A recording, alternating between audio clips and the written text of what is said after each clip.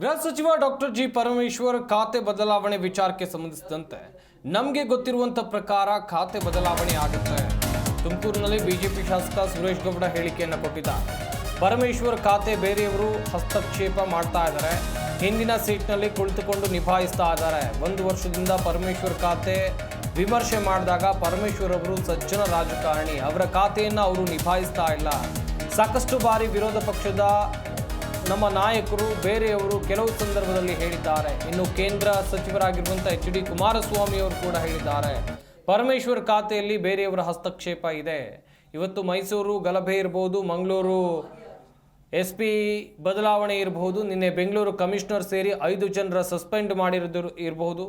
ಇದರ ಹಿಂದೆ ಪರಮೇಶ್ವರ್ ಅವರ ಖಾತೆಯ ಹಿಂದಿನ ಸೀಟ್ನಲ್ಲಿ ಕುಳಿತುಕೊಂಡವರು ನಿಭಾಯಿಸ್ತಾ ಇದ್ದಾರೆ ಎನ್ನುವಂಥ ಆರೋಪ ಇದೆ.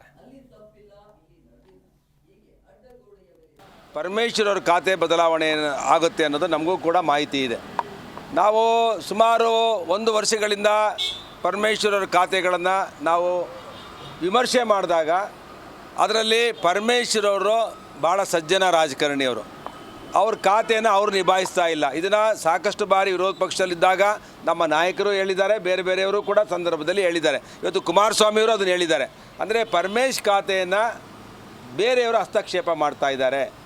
ಇವತ್ತು ಮೈಸೂರಿನ ಗಲಭೆ ಇರ್ಬೋದು, ಮಂಗಳೂರಲ್ಲಿ SP ಅವ್ರ ಬದಲಾವಣೆ ಇರ್ಬೋದು, ನಿನ್ನೆ ಕಮಿಷನರ್ಗಳನ್ನ ಸಸ್ಪೆಂಡ್ ಮಾಡಿರುವಂಥದ್ದು 5 ಜನ ಅಧಿಕಾರಿಗಳನ್ನ.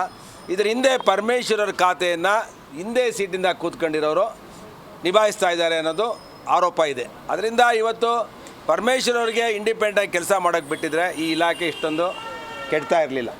ಅವ್ರು ಒಳ್ಳೆಯತನನ ಇಲ್ಲಿರೋಂಥ ಯಾರು ನಿಭಾಯಿಸ್ತಾ ಇದ್ದಾರೆ ಅದನ್ನು ಮುಖ್ಯಮಂತ್ರಿ ಉಪಮುಖ್ಯಮಂತ್ರಿಗಳು ನಮಗೆ ಗೊತ್ತಿಲ್ಲ, ಯಾರು ನಿಭಾಯಿಸ್ತಾ ಇದ್ದಾರೋ ಅವರು ಇವತ್ತು ಅವ್ರನ್ನ ಖಳನಾಯಕನಾಗಿ ಮಾಡಿದ್ದಾರೆ ಕರ್ನಾಟಕದಲ್ಲಿ.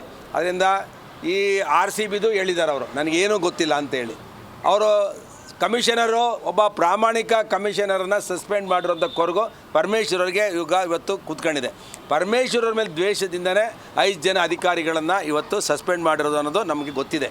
ಅದರಿಂದ ನಾನು ಹೇಳೋದು ಪರಮೇಶ್ವರರು ಖಾತೆ ಬದಲಾವಣೆ ಮಾಡೋದು ಸರ್ಕಾರಕ್ಕೆ ಬಿಟ್ಟಂಥ ವಿಷಯ. ಆದರೆ ನಮ್ಮ ಜಿಲ್ಲೆಯಲ್ಲಿರುವಂಥ ಒಬ್ಬ ಸಜ್ಜನ ರಾಜಕಾರಣಿಗೆ